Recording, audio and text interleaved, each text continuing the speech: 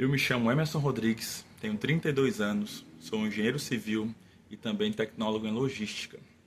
O meu interesse em participar do programa de residência portuária em inovação se deu pelo meu grande alinhamento com a área portuária e também com o setor logístico.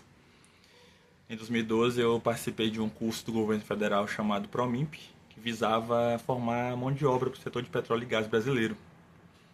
Após isso eu adentrei também numa empresa privada como estagiário, com forte atuação no setor ferroviário e também no setor portuário, onde eu pude flutuar entre esses dois mundos e vivenciar experiências muito ricas para o meu currículo e também para a minha formação.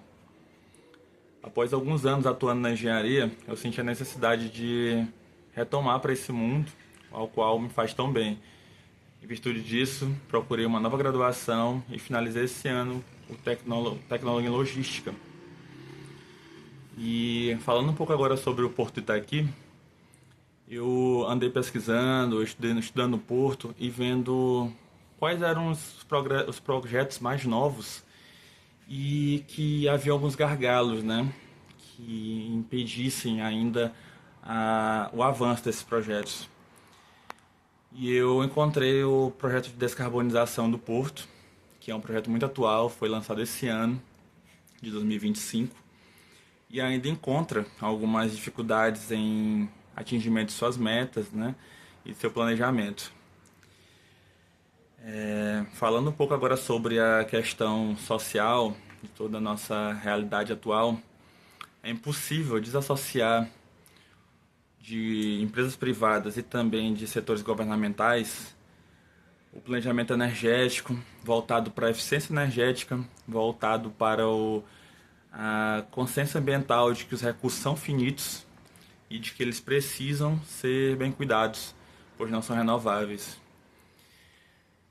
Com base nisso, eu venho propor para que sejam atingidas as metas do programa de descarbonização do Porto Itaqui, seja feita uma integração entre empresas que trabalham dentro e fora do setor portuário, dos limites do Porto Itaqui, pois são atitudes simples, mas que têm um impacto grandioso e são atitudes também de fácil implementação, como por exemplo a eletrificação dos ônibus que fazem o transporte dos funcionários que são levados ao porto. Por dia, nós que estamos aqui na cidade, vemos inúmeros ônibus transportando em diversas rotas os funcionários. E apesar de ser uma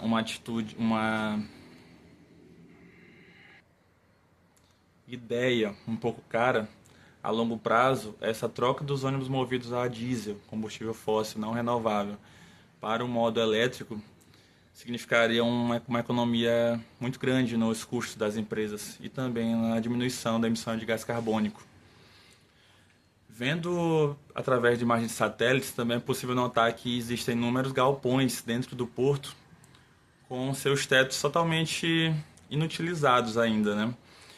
Onde seria possível instalar diversas placas solares para que o porto talvez até atingisse a autossuficiência energética, não dependendo mais de fornecimento externo, e assim também barateando os custos da operação.